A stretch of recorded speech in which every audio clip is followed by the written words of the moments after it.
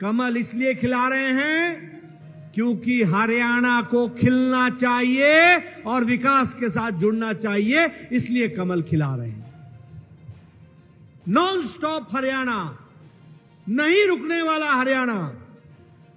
लेकिन मैं बार बार बोलता हूं कि अगर चांद की पूर्णमासी देखनी हो तो अमावस्या याद रखनी चाहिए, अगर उजाले का आनंद लेना हो तो अंधेरे की त्रासदी को भी ध्यान में रखना चाहिए। और जब मैं अंधेरे की त्रासदी की याद दिलाना चाहता हूं तो याद करो, हरियाणा में जब कांग्रेस की सरकार थी तो जमीनों के घोटाले होते थे कि नहीं होते थे? जरा जोर से बोलो, होते थे कि नहीं होते थे? बड़े बड़े धन्ना सेठ गरीब किसान की भूमि को हड़पते थे कि नहीं हड़पते थे? आप याद करो, 10 साल पहले नौकरी खर्ची पर और पर्ची पर लगती थी कि नहीं लगती थी? और जो हमारे उद्यमी स्टूडेंट थे, विद्यार्थी थे, जो होनहार विद्यार्थी थे, जो सक्षम विद्यार्थी थे, वो बेरोजगारी की कतार में खड़े रहते थे। मित्रों, कौन सा घोटाला नहीं किया कांग्रेस पार्टी ने? कोयला घोटाला, पनडुब्बी घोटाला, बालू घोटाला, चावल घोटाला, टैंक घोटाला, हेलीकॉप्टर घोटाला, 2G 3G घोटाला। न नभ छोड़ा, न जल छोड़ा, न थल छोड़ा, न पृथ्वी छोड़ी, न समुद्र छोड़ा, न आकाश छोड़ा। तीनों में घोटाला किया तो ये कांग्रेस पार्टी के लोगों ने घोटाला किया, ये हमको याद रखना चाहिए। क्या आप फिर से वैसे दिन लाना चाहते हैं? फिर से वैसे दिन लाना चाहते हैं? अगर नहीं लाना चाहते हैं तो रेणु डाबला को और मनीष ग्रोवर जी बैठे हैं, उनको भी चुनाव जिता करके भेजना, ये हमारी जिम्मेवारी बनती है। देखो मित्रों, एक तरफ घोटालों की सरकार, घोटाले पे घोटाला। कांग्रेस का मतलब है कुशासन, कांग्रेस का मतलब है करप्शन, कांग्रेस का मतलब है क्रिमिनलाइजेशन, कांग्रेस का मतलब है कि भाई को भाई से लड़ाओ, जाति को जाति से लड़ाओ, समाज को समाज से लड़ाओ और वोट बैंक की राजनीति करो। यह कांग्रेस का धर्म है, यह कांग्रेस के काम करने का तरीका है। और एक तरफ आदरणीय मोदी जी के नेतृत्व में जो सरकार केंद्र में चल रही है और जो अभी तक डबल इंजन की सरकार हरियाणा में चली और आगे नॉन स्टॉप हरियाणा फिर से डबल इंजन की सरकार चलेगी, वो आपके आशीर्वाद से चलेगी। अभी अभी स्वदेश कबीर बता रहे थे कि दुनिया में भारत का नाम हो रहा है, दुनिया में भारत का नाम हो रहा है।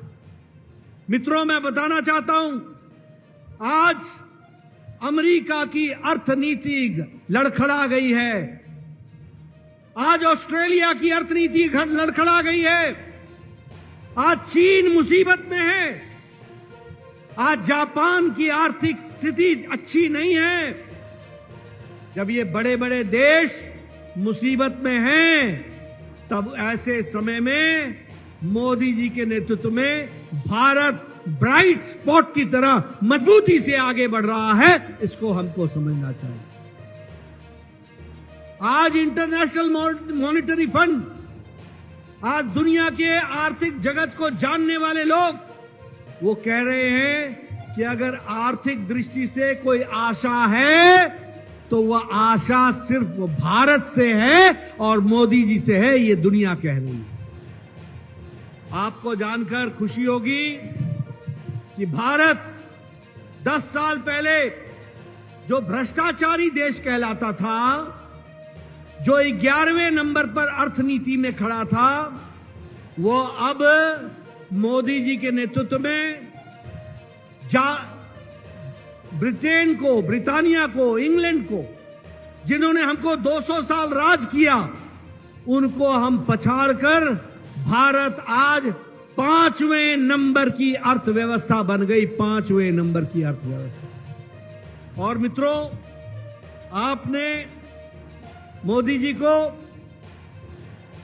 जो आशीर्वाद दिया है, तीसरी बार प्रधानमंत्री बनाया है, और नायब सिंह सैनी को फिर से आप तीसरी बार यहां मुख्यमंत्री बनाएंगे। नॉन स्टॉप हरियाणा चलेगा, और नॉन स्टॉप चलेगा तो भारत दुनिया में तीसरी आर्थिक शक्ति बन जाएगा। यह भी हमको समझ लेना चाहिए। और इसीलिए मित्रों, चाहे इलेक्ट्रॉनिक या मैन्युफैक्चरिंग की बात हो, आज हम इलेक्ट्रॉनिक एक्सपोर्ट दुनिया को 70,000 करोड़ रुपए का एक्सपोर्ट कर रहे हैं। आज आप लोगों के हाथ में मोबाइल होगा। 10 साल पहले इस मोबाइल पे लिखा होता था मेड इन चाइना, इस मोबाइल पे लिखा होता था मेड इन ताइवान, इस मोबाइल पे लिखा होता था मेड इन जापान, इस मोबाइल पे लिखा होता था मेड इन इंडोनेशिया। आज अपना मोबाइल निकाल करके देखो, उसमें लिखा है मेड इन इंडिया। आज 97% मोबाइल आज भारत में बन रहे हैं, 97%।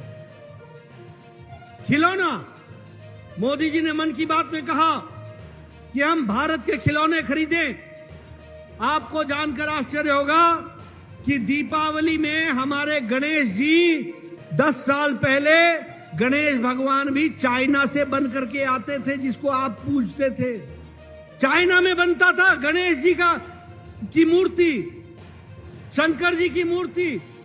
आज खिलौने में और मूर्तियां बनाने में भारत दुनिया में तीसरे नंबर का एक्सपोर्टर बन गया, तीसरे नंबर का एक्सपोर्टर बन गया। दवाई में आज दुनिया की डिस्पेंसरी भारत बन गया है, दुनिया की डिस्पेंसरी। सबसे इफेक्टिव दवा, सबसे असरदार दवा और सबसे सस्ती दवा आज भारत बना रहा है और दुनिया को दे रहा है। यह भी हमको समझना चाहिए। मित्रों, ये कोरोना आया था, कोरोना पहली बार मोदी जी के नेतृत्व में 9 महीने के अंदर एक नहीं 2-2 वैक्सीन मोदी जी ने बनवाई, 2-2 वैक्सीन। और आपको जानकर के खुशी होगी कि 100 देशों में वैक्सीन मैत्री के तहत भारत की वैक्सीन दुनिया के देशों को दी गई। यह पहली बार हुआ, यह भी हमको समझना चाहिए। और आपको जानकर के खुशी होगी कि 48 देशों को भारत ने मुफ्त में वैक्सीन दी, मुफ्त में। यानी भारत अब मांगने वाला भारत नहीं है। मोदी जी के नेतृत्व में भारत देने वाला भारत बन गया, भारत देने वाला भारत बन गया। और इसलिए अब मैं अगर आपको बात बताऊं, ऑटोमोबाइल में भारत आज तीसरे नंबर का मार्केट बन गया, तीसरे नंबर का मार्केट। दुनिया में सबसे ज्यादा गाड़ियां और मोटरसाइकिल खरीदी जा रही हैं तो भारत में खरीदी जा रही हैं। जापान को पछाड़ करके हम तीसरे नंबर के ऑटोमोबाइल मार्केट बन गए हैं।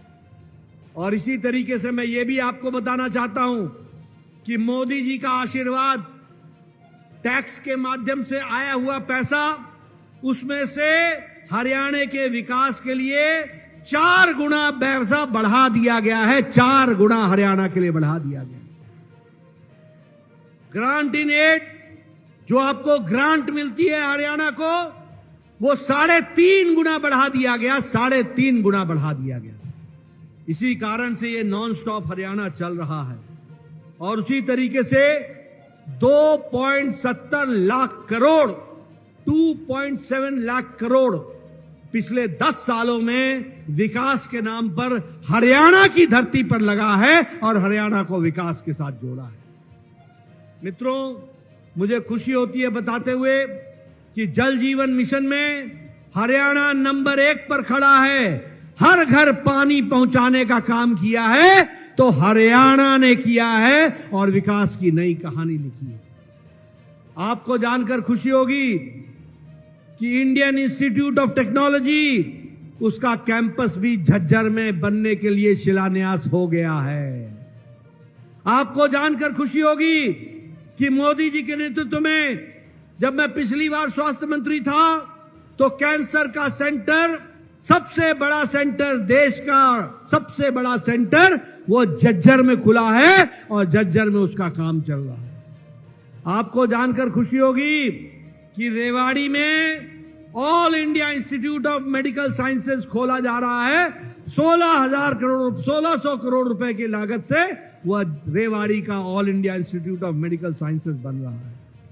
गुरुग्राम में मेट्रो का काम शुरू हो रहा है। आपको जानकर अभी मैं आया हूं पुलिस लाइन से, यहां पर हाईवे, कहीं पर बाईपास, एलिवेटेड रोड, बोलिए सड़कें बनी है कि नहीं बनी है? हरियाणा में अच्छी सड़कें बनी है कि नहीं बनी है? नेशनल हाईवे बने हैं कि नहीं बने हैं? और एलिवेटेड रोड बना है कि नहीं बना है? फ्लाईओवर बना है कि नहीं बना है? हरियाणा में पिछले 10 सालों में 2500 किलोमीटर सड़क नेशनल हाईवे बना है, 2500 किलोमीटर। और मैं ये भी बताना चाहता हूं कि हरियाणा में Delhi Mumbai expressway, Delhi Amritsar expressway, Ambala Kotputli expressway और अमृतसर भटिंडा जामनगर, ये सब हरियाणा से जाने वाले एक्सप्रेसवे हैं जिनको आगे बढ़ाया गया है। मित्रों, आपको जानकर खुशी होगी कि हरियाणा में रेल की पटरियों पर और इलेक्ट्रिफिकेशन में बजट हरियाणा का रेल में 9 गुना बढ़ा दिया गया, 9 गुना बढ़ा दिया गया।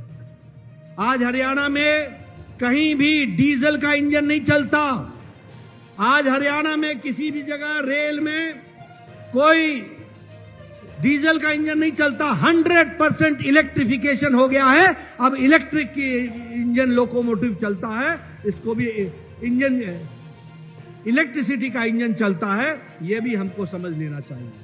और डेडिकेटेड फ्रेट कॉरिडोर बनाया जा रहा है रेवाड़ी से मदर तक।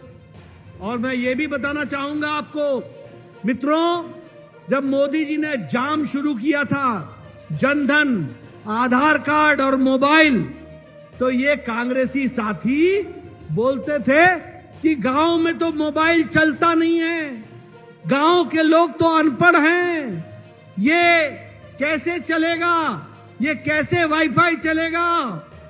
आज आपको मैं बताना चाहता हूं, आप गांव के कस्बे में जाओ, सब्जी वाला भी अब पेमेंट क्यूआर कोड से लेता है, क्यूआर कोड से लेता है सब्जी वाला भी पेमेंट। यानी आज जिस भारत को हम कहते थे कि यह अनपढ़ है, यहां मोबाइल नहीं चलेगा, वहां हरियाणा में 6000 गांवों को ऑप्टिकल फाइबर से जोड़ दिया गया है। यह भी आपको समझ लेना चाहिए।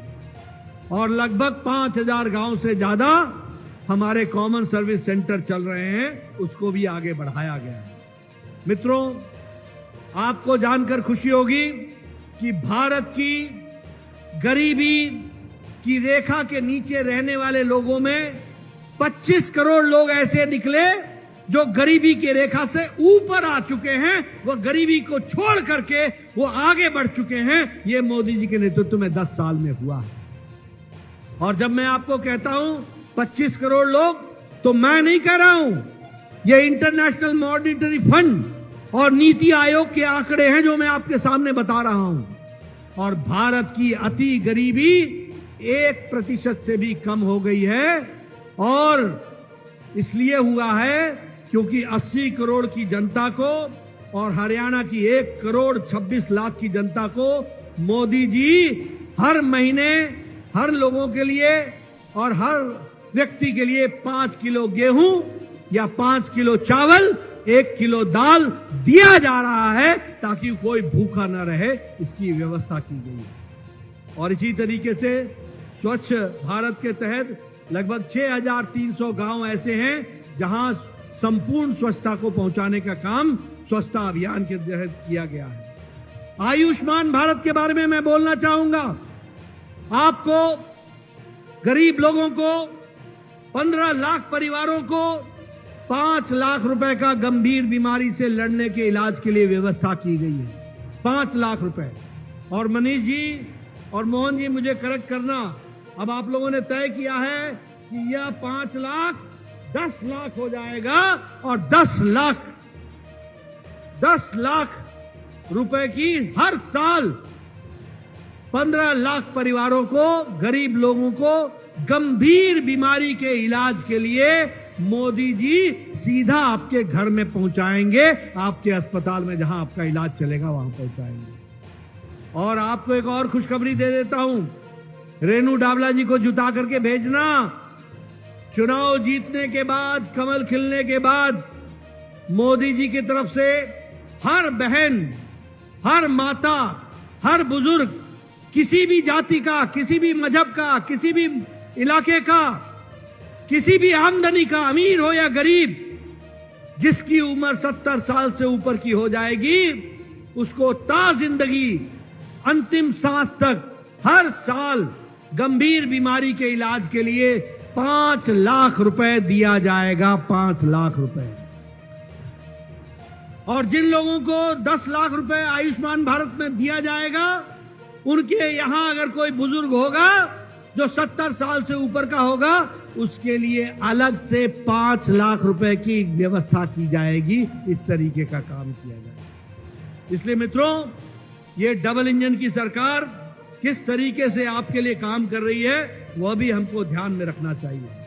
मुझे खुशी है बताते हुए कि प्रति व्यक्ति आय हरियाणा पिछले 10 साल में बीजेपी की सरकार में नंबर 1 पर खड़ा हो गया है। 3,25,000 सालाना पर कैपिटा इनकम हरियाणा की है, जो देश में सबसे ज्यादा है। उसी तरीके से क्रॉप के कंपनसेशन में हम लोगों ने 12,500 करोड़ रुपए दिए। उसी तरीके से आपको एमएसपी, ये बोलते हैं किसान किसान किसान, किसान के नेता बनते हैं, इनको मालूम नहीं है यही हुड्डा की सरकार और यही मनमोहन सिंह की सरकार 8 क्रॉप पर, 8 फसलों पर एमएसपी देते थे। 8 फसलों पर 8।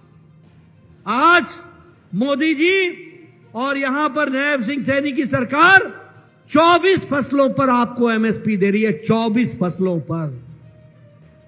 और उसी तरीके से जैसा मैंने कहा कि आगे भी आपके लिए 24 के फसलों पर एमएसपी दिया जाता रहेगा। किसान हितैषी अगर कोई सरकार है तो वो मोदी सरकार है, वो नायब सिंह सैनी की सरकार है, वो हमारी रेणु डावला की सरकार है और हमारे मनीष ग्रोवर की सरकार है। ये हमको समझ लेना चाहिए। और इसीलिए अभी मैं ये भी बताना चाहता हूं कि आप सरकार को चुनिए। 2 लाख सरकारी नौकरियां दी जाएंगी। 2 लाख सरकारी नौकरियां दी जाएंगी अगले 5 साल। और ये नौकरियां बिना खर्चे के और बिना पर्ची के होगा। कोई किसी जाति का नहीं, कोई किसी मजहब का नहीं, कोई किसी इलाके का नहीं। जो होनहार बच्चा होगा 2 लाख बच्चा सरकारी नौकरी में आएगा। इस तरीके की व्यवस्था की जाएगी। उसी तरीके से ये जो हमारे अंत्योदय में आते हैं उनको 500 रुपए का बहनों को सिलेंडर दिया जाता रहेगा, उसकी व्यवस्था की जाएगी। सरकारी अस्पताल में और प्राइवेट अस्पताल में फ्री डायलिसिस की व्यवस्था हमारी सरकार करेगी और फ्री डायग्नोस्टिक की सरकार की व्यवस्था करेगी।